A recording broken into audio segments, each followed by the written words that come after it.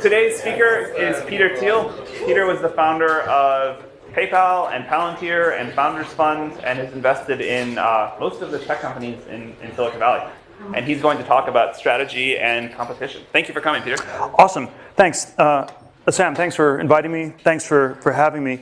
I sort of have a single idée fixe that I'm completely obsessed with on the business side, which is that if you're starting a company, if you're the founder, entrepreneur starting a company, you always want to aim for monopoly, and you want to always avoid competition. And so, hence, competition is for losers. Something we'll be talking about today. I'd like to start by saying something about the basic idea of when you start one of these companies, how you go about creating value. And there's this question: what makes a business valuable? And I want to suggest that there's basically a very simple formula that you have a valuable company if two things are true. Number one, that it creates X dollars of value for the world, and number two, that you capture Y% of X.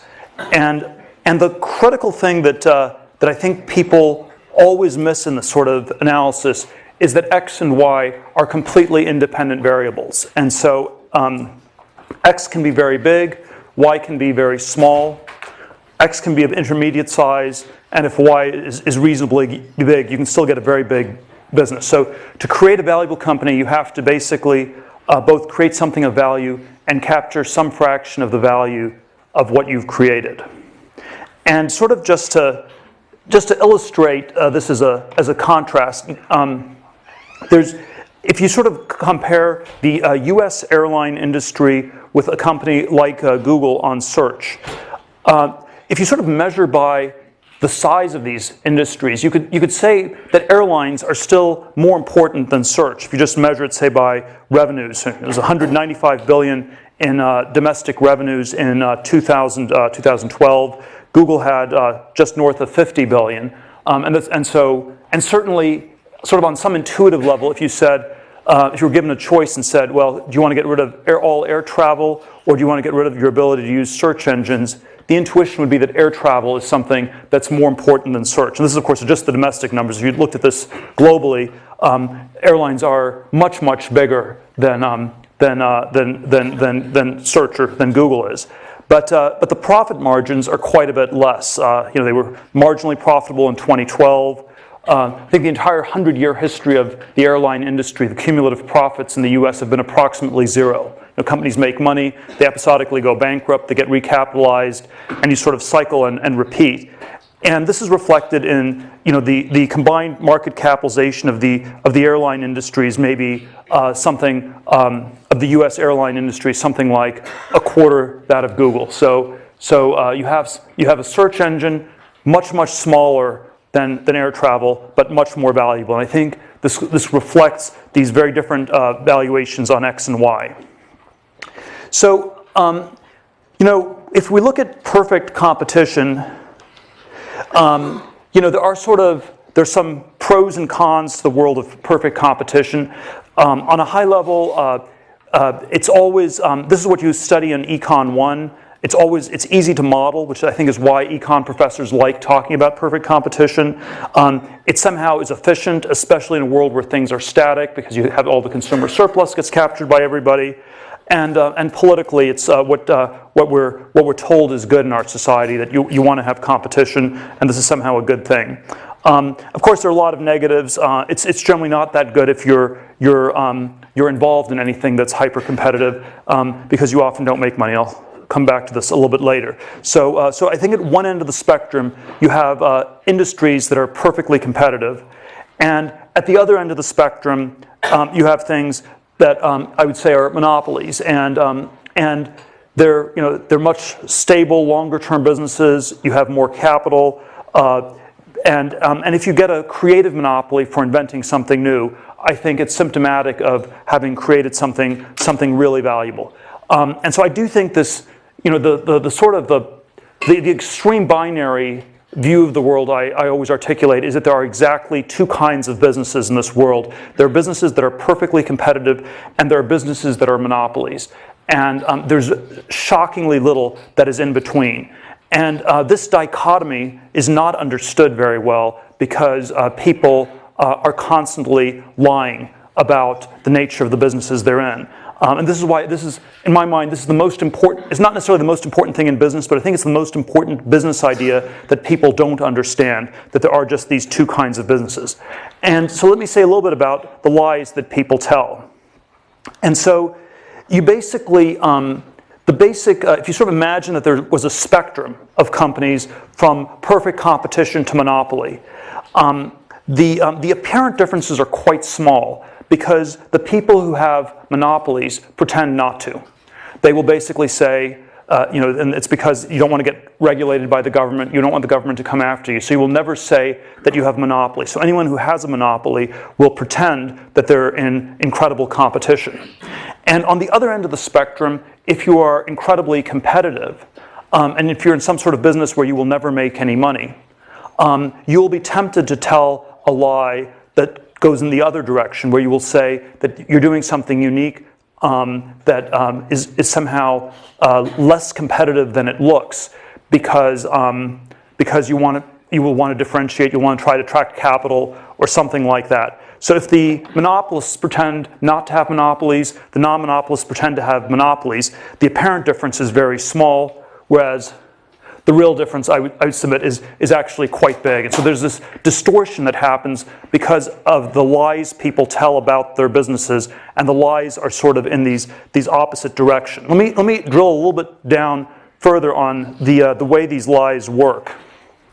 And so,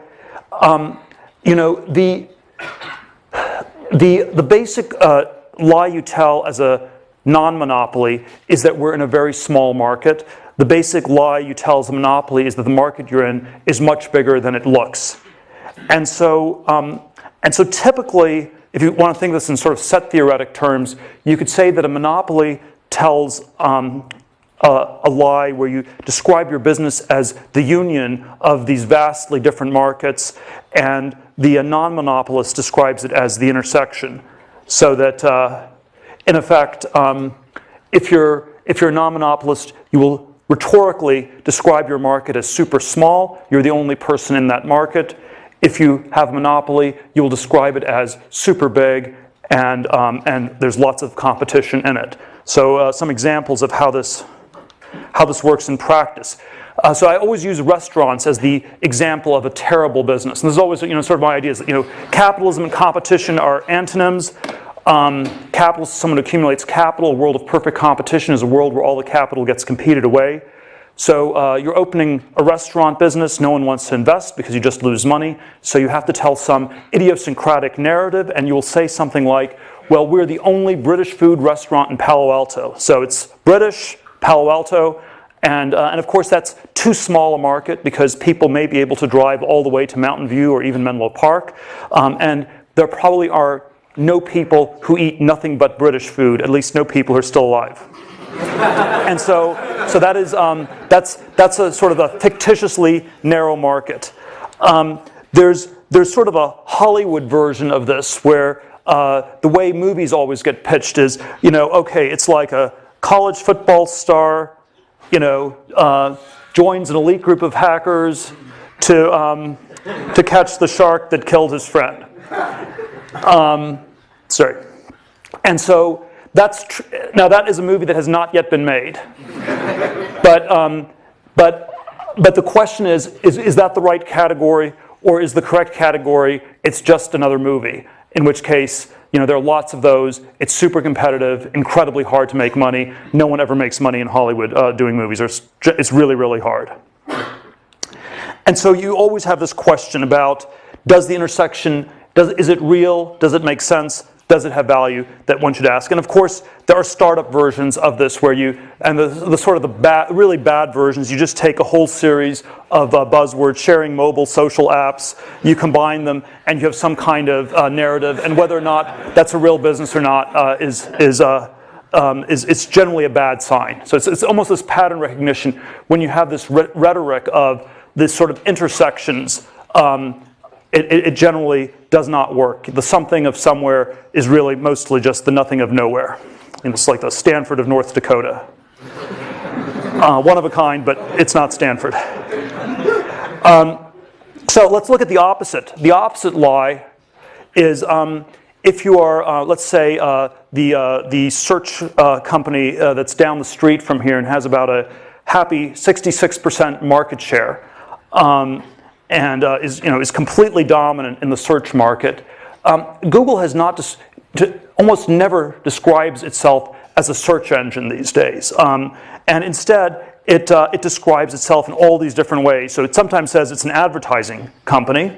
So if it was search, you'd say, wow, it has this huge market share. That's really, really crazy. It's like an incredible monopoly. It's much bigger than a much more robust monopoly than Microsoft ever had in the 90s. Maybe that's why it's making so much money.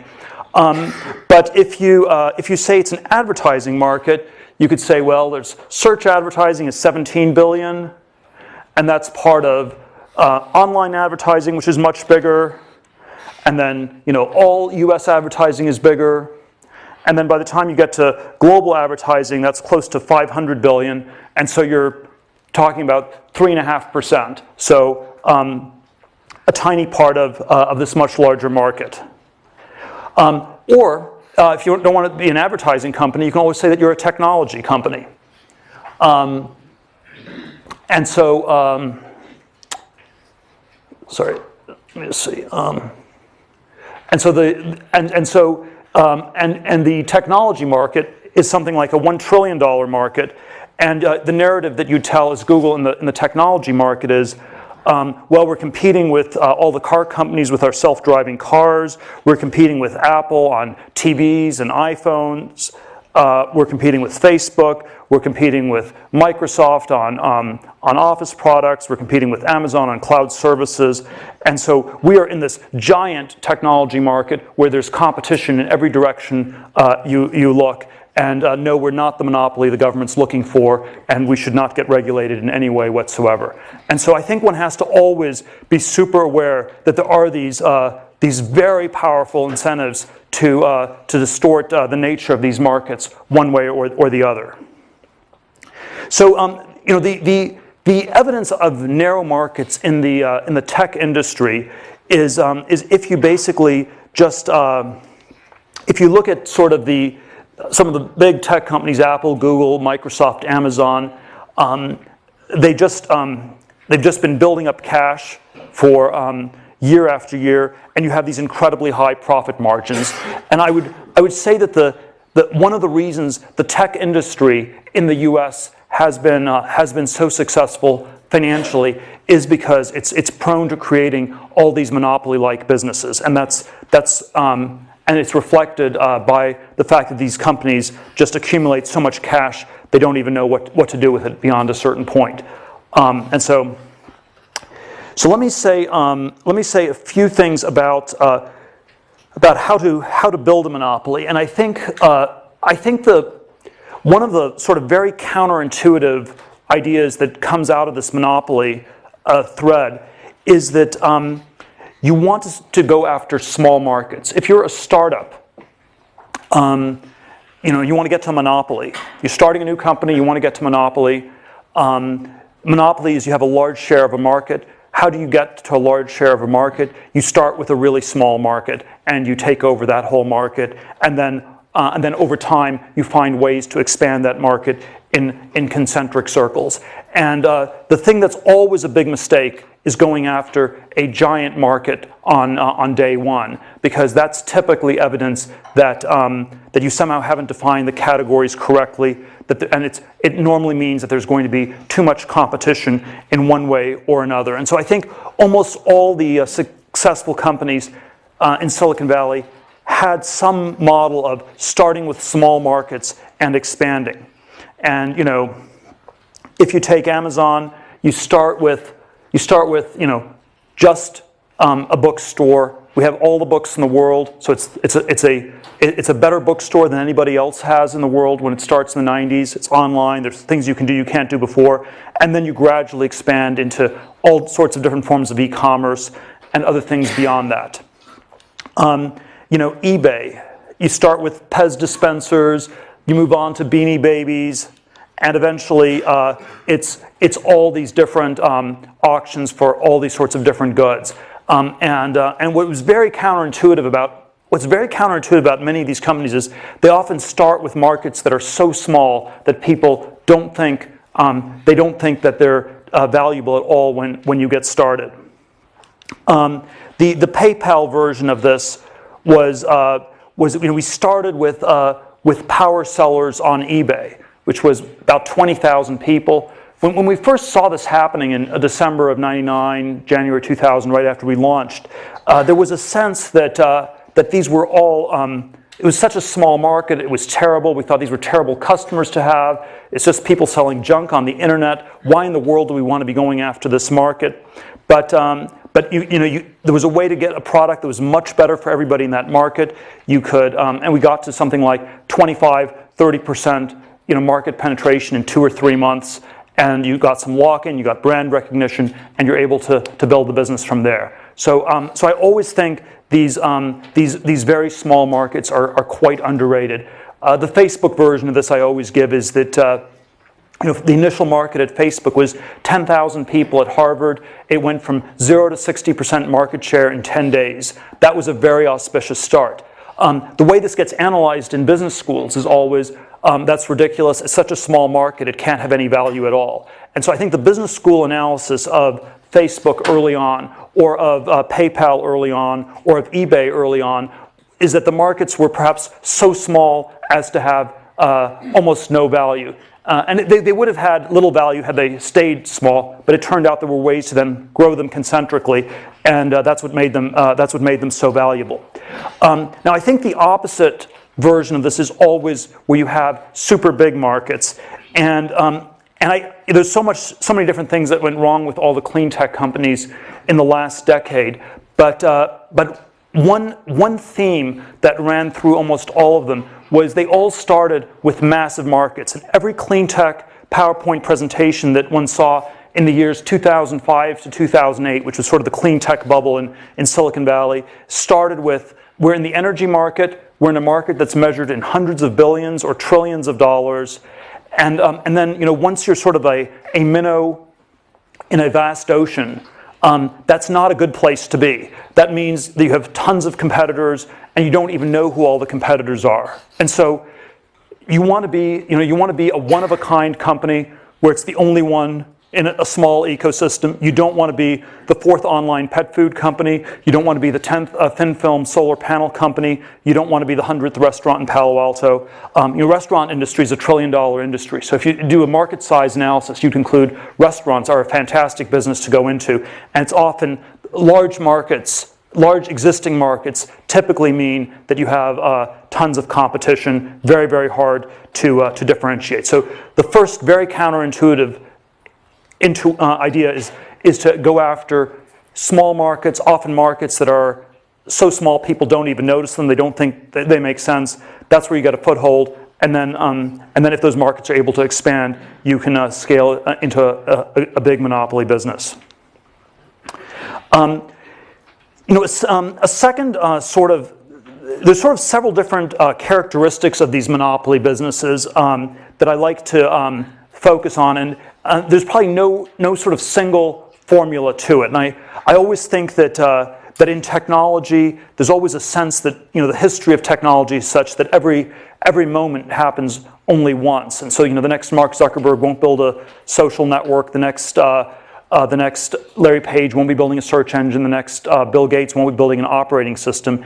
And if you're copying these people, you're not learning from them. But there is always these very unique businesses that are doing something that's not been done before end up having the potential to be a monopoly. If you're, the opening line in Anna Karenina is that all happy families are alike. All unhappy families are unhappy in their own special way. And the opposite is true in business, where I think all happy companies are different because they're doing something very unique. All unhappy companies are alike because they fail to escape the essential sameness that is competition. And so one sort of characteristic of a monopoly technology company is some sort of proprietary technology. My sort of crazy, somewhat arbitrary rule of thumb is you want to have a technology that's an order of magnitude better than the next best thing. So Amazon had over 10 times as many books. I mean, it's maybe not that high tech, but you figure out a way to sell 10 times as many books in an efficient online way. PayPal, the alternative for PayPal was using checks to send money on eBay. It took 7 to 10 days to clear. PayPal could do it more than 10 times as fast. So you want to have some sort of very powerful improvement in some in some order, maybe an order of magnitude improvement on some key dimension. Of course, if you actually come with something totally new, it's just like an infinite improvement. So I would say the iPhone was the first smartphone that worked, and so that's like maybe not infinite, but it's sort of definitely an order of magnitude or more of an improvement. So I think the technology is designed to give you a massive delta over the next best thing. I think there often are network effects that can kick in that really help. The thing that's very and these lead to monopolies over time. The thing that's very tricky about network effects is they're often very hard to get started. And so even though everyone understands how valuable they are, there's always this incredibly tricky question: why is it valuable to the first person who's doing something? Economies of scale. If you have something with very high fixed costs, very low marginal costs, that's typically a monopoly-like business. And then there's this thing of branding, which is sort of like just this idea that gets lodged in people's brains. I never quite understand how branding works, so I never invest in companies where it's just about branding. But it is, I think, a real phenomenon that creates real value. I think one of the things, I'm going to come back to this a little bit towards the end, but one of the things that's very striking is that software businesses are often, are for some reason, very good at some of these things. They're especially good at the economies of scale part because the marginal cost of software is zero. And so if you get something that works in software, it's often significantly better than the existing solution. And then you have these tremendous economies of scale, and you can scale fairly quickly. So even if the market starts small, you can grow your business quickly enough to stay at the same size as the growing market and maintain the sort of monopoly power. Now, the critical thing about these monopolies is it's not enough to have a monopoly for just a moment. The critical thing is to have one that lasts over time. And so, in Silicon Valley, there's always this sort of idea that you want to be the first mover. And I always think it's in some ways, the better framing is you want to be the last mover. You want to be the last company in a category. Those are the ones that are really valuable. Microsoft was the last operating system, at least for many decades. Google is the last search engine. Facebook will be valuable if it turns out to be the last social networking site. And one way to think of this last mover value is this idea that most of the value in these companies exists far in the future. If you do sort of a discounted cash flow analysis of a business, you have sort of all these profit streams, you have a growth rate, the growth rate's much higher than the discount rate, and so most of the value exists far in the future. I did this exercise at PayPal in March of 2001. We had been in business for about 27 months, and we sort of had, the growth rate was 100% a year. We were discounting future cash flows by about 30%, and it turned out that about 3/4 of the value of the business as of 2001 came from cash flows in years 2011 and beyond. And whenever you do the math on any of these tech companies, you get to an answer that's something like that. So if you are trying to analyze any of the tech companies in Silicon Valley, Airbnb, Twitter, Facebook, any emerging internet companies, all the ones in Y Combinator, the math tells you that 3/4, 85% of the value is coming from cash flows in years 2024 and beyond. It's very, very far in the future. And so one of the things that we always overvalue in Silicon Valley is growth rates, and we undervalue durability. Because growth is something you can measure in the here and now, and you can always track that very precisely.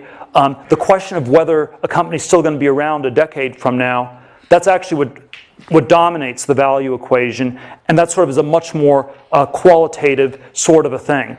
And so if we went back to this idea of these characteristics of monopoly, proprietary technology, network effects, economies of scale, you can think of these characteristics as ones that exist at a moment in time where you capture a market and take it over. But you also want to think about, are these things going to last over time?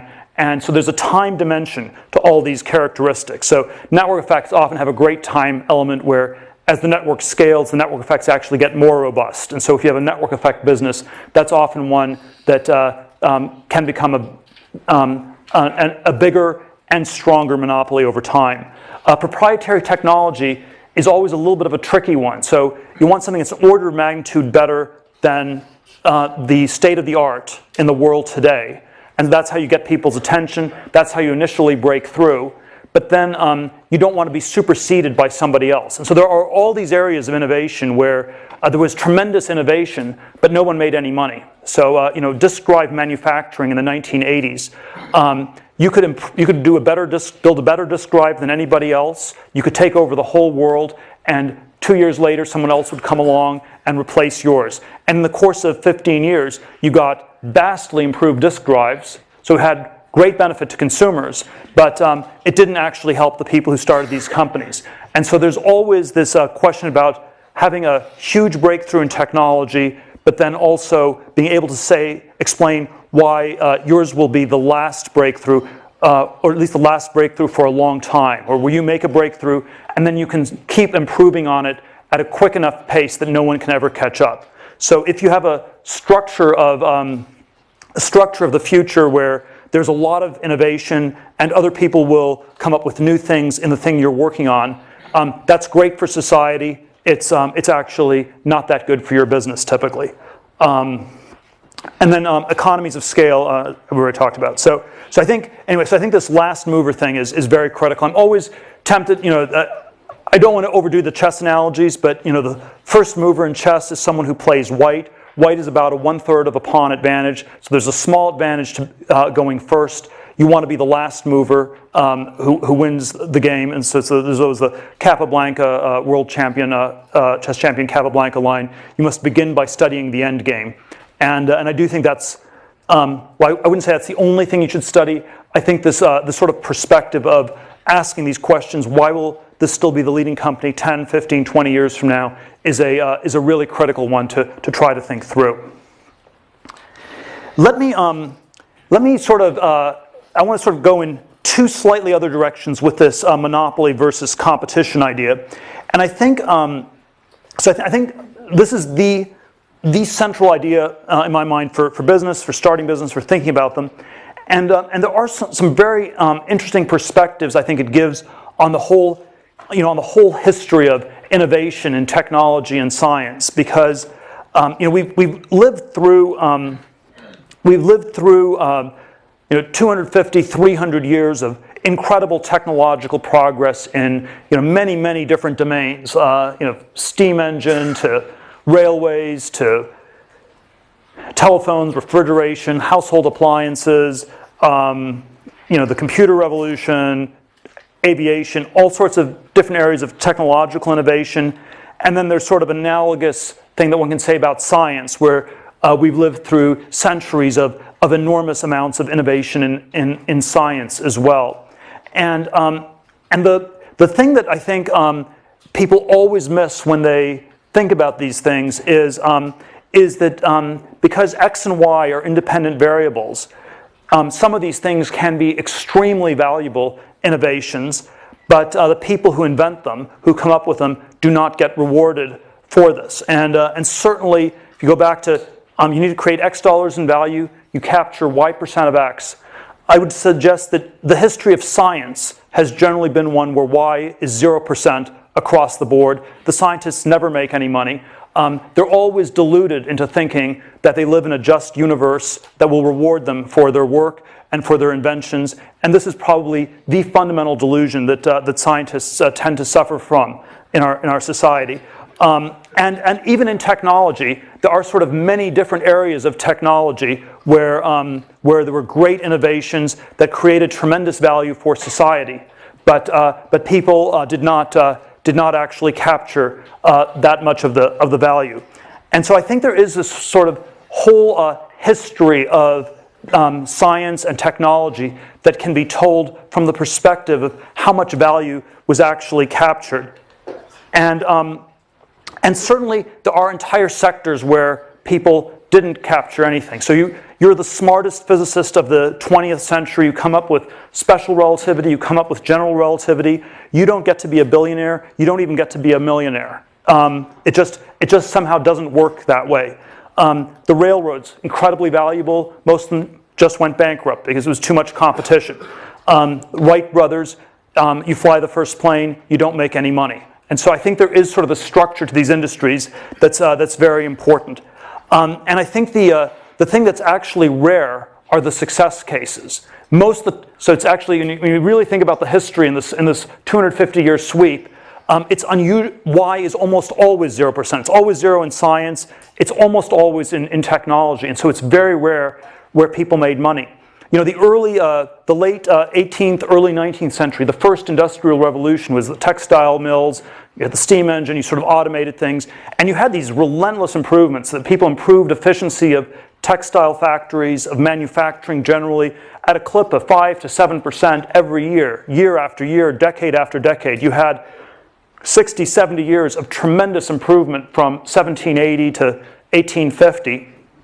But even in 1850, most of the wealth in Britain was still held by the landed aristocracy. The workers didn't make that much. The capitalists didn't make that much either. It was all competed away. There were hundreds of people running textile factories. It was an industry that just the structure of the competition prevented people from making any money.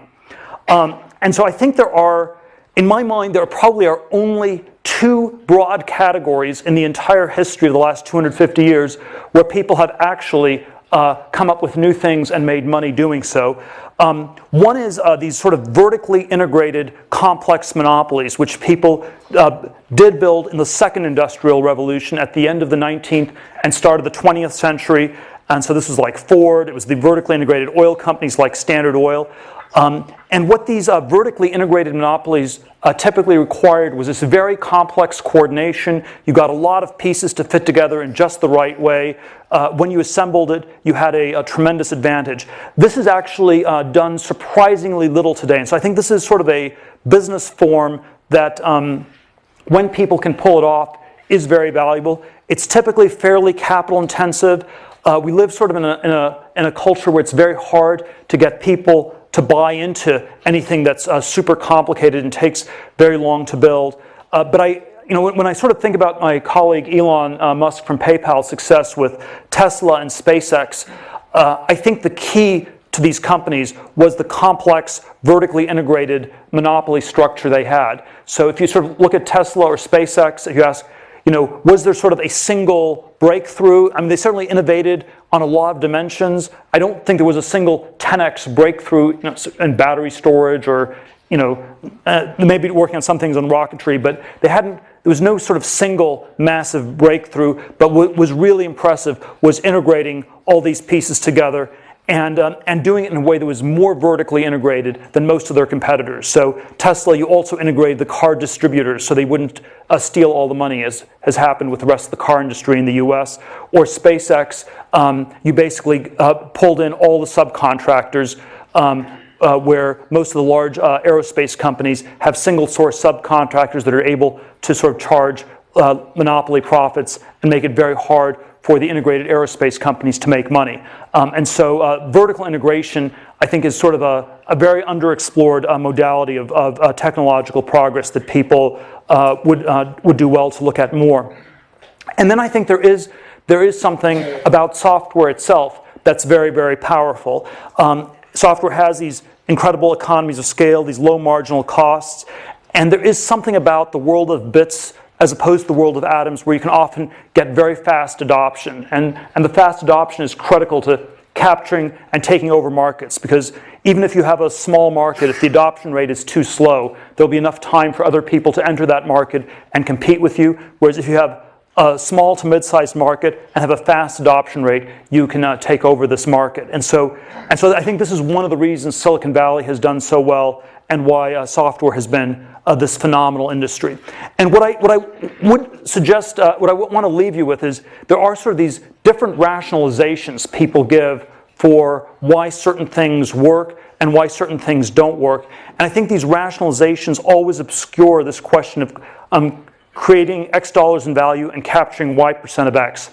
So the science rationalization we're always told is that the scientists aren't interested in making money. They're doing it for charitable reasons, and that you're not a good scientist if you're motivated by money. And I'm not even saying people should always be motivated by money or something like this, but I think we should be a little bit more critical of this as a rationalization. We should ask, is this a rationalization to obscure the fact that Y equals 0% and the scientists are operating in this sort of world where all the innovation is effectively competed away and they can't capture any of it directly.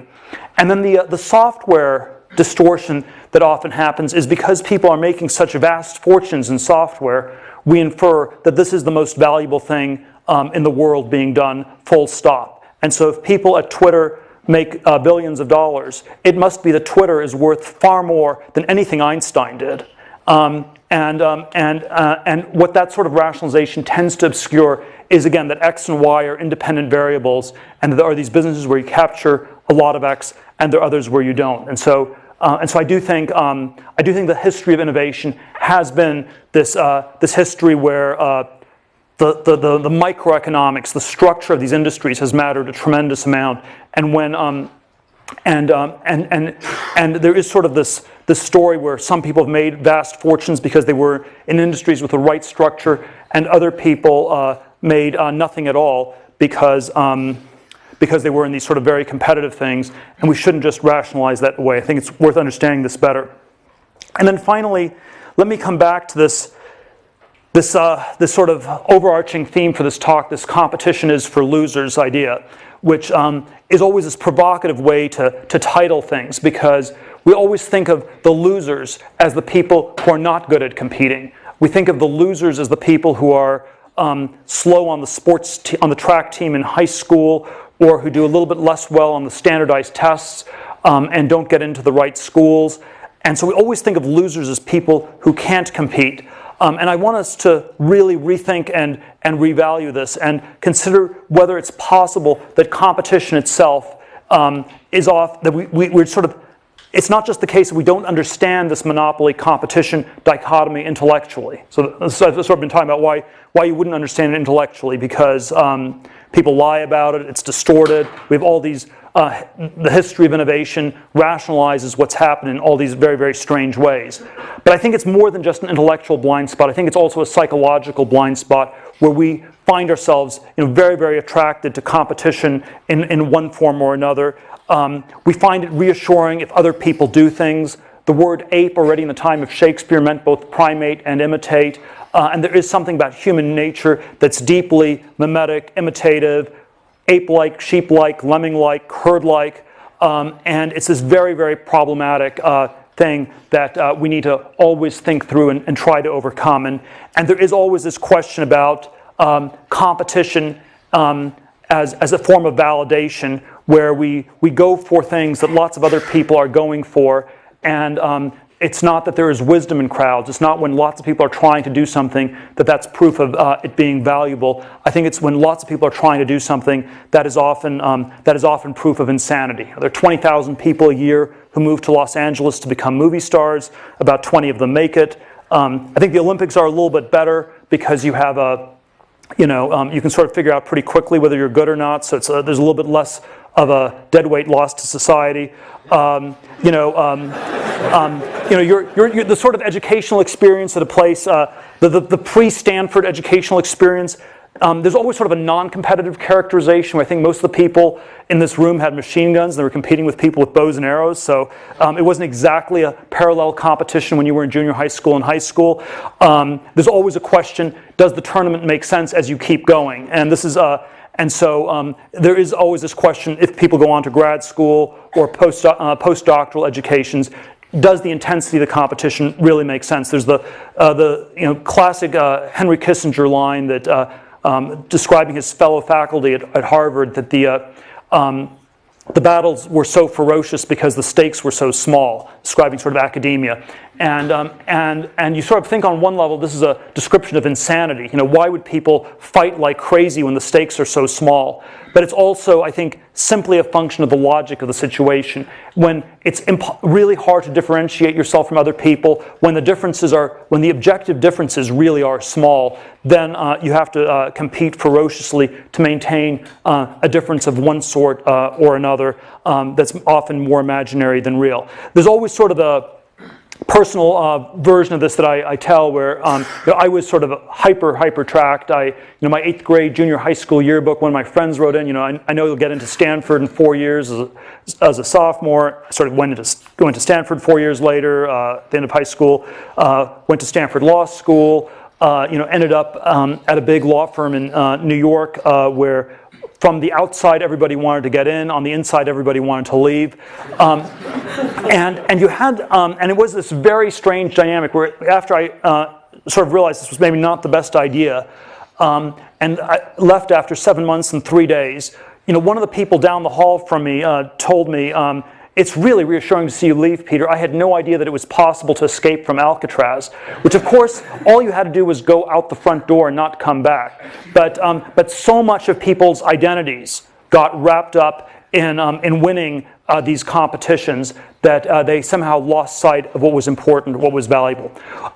Competition does make you better at whatever it is that you're competing on. Because when you're competing, you're comparing yourself with the people around you. You're figuring out, how do I beat the people next to me? How do I do somewhat better at whatever it is they're doing? And you will get better at that thing. I'm not questioning that. I'm not denying that.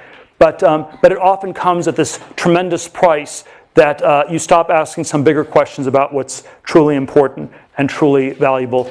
And so I would say that don't always go through the tiny little door that everyone's trying to rush through. Maybe go around the corner and go through the vast gate that no one's taking. Thank you very much. I guess we have time for, do you want to take a few questions? Or? Sorry? Oh, yeah. People want to I'll take a few questions since we have a few minutes' time. Yeah, go ahead. Since, as you mentioned earlier, often monopolies and perfect competition often look similar because of the narratives people tell or the narratives we tell ourselves. Do you have any ways to easily determine the difference when you're looking at an idea or evaluating your own idea? Well, I'd say the question I always try to focus on is, what is the actual market? So not what's the narrative of the market, because you can always tell a fictional story about a market that's much bigger or much smaller, but what is the real objective market? So it's always, you always try to figure it out, and you realize people have incentives to powerfully distort these things. Yeah? So which of the aspects of monopolies that you mentioned would you say that software companies like Google excel at?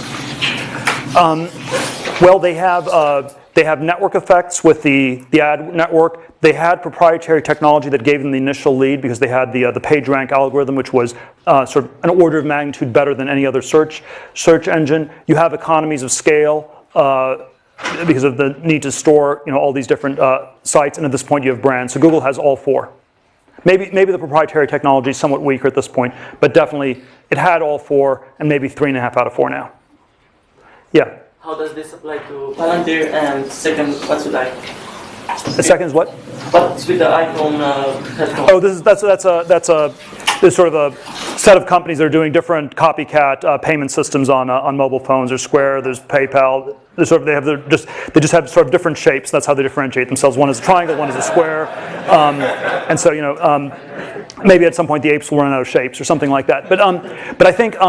Palantir, we started with a focus on the intelligence community, which is small sub-market. You had a proprietary technology that used a very, very different approach, where it was focused on the human computer synthesis rather than the substitution, which I think is the dominant paradigm. So there's a whole set of things I would say on the market approach and the proprietary technology. Yes. We have design thinking methodology and lean startup thinking.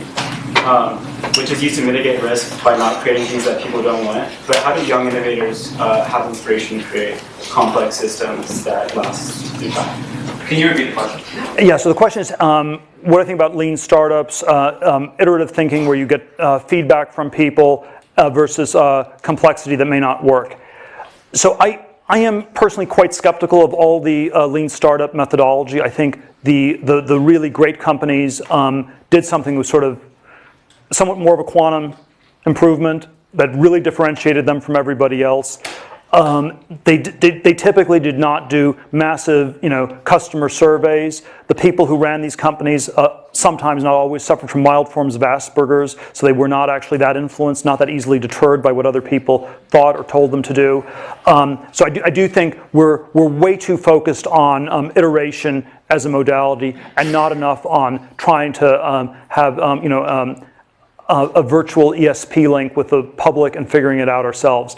I would say that, let me see, I would say that I'm not quite, the risk question I think is always a very tricky one because there are, it's often, I think it's often the case that you don't have enough time to really mitigate risk. If you're going to take enough time to figure out what people want, you often will have missed the boat by then. And then, of course, there's always the risk of doing something that's not that significant or meaningful. So, you could say a track in law school is a low-risk track from one perspective. It may still be a very high-risk track in the sense that maybe you have a high risk of not doing something meaningful with your life. So we have to think about risk in these very complicated ways. I think risk is sort of this very complicated concept. Yes? So you talked about the last mover advantage, but then doesn't that imply that there's already competition to begin with on the chess piece, on the chessboard? Yeah, so there's always this terminology thing. So I would say that there are categories in which people sort of are bundled together. I would say the monopoly businesses were in effect they really were a big first mover in some sense. You could say Google was not the first search engine. There were other search engines before, but on one dimension they were dramatically better than everybody else. So they were the first one with PageRank with sort of an automated approach. Facebook was not the first social networking site. My friend Reid Hoffman started one in 1997. They called it SocialNet. So they already had the name social networking in the name of their company 7 years before Facebook. Their idea was that it was going to be this virtual cyberspace where I'd be a dog and you'd be a cat, and we'd have all these different rules about how we'd interact with each other in this virtual alternate reality. Facebook was the first one to get real identity. So I'd say, I hope Facebook will be the last social networking site. It was the first one in a very important dimension. People often would not think of it as the first because they'd sort of lump all these things together. How about one more question? Okay, one more question. Let's take one here. If you're theoretically someone who worked at Goldman Sachs out of college and left after 6 months and is now studying computer science at Stanford, how would you recommend rethinking sort of that competitive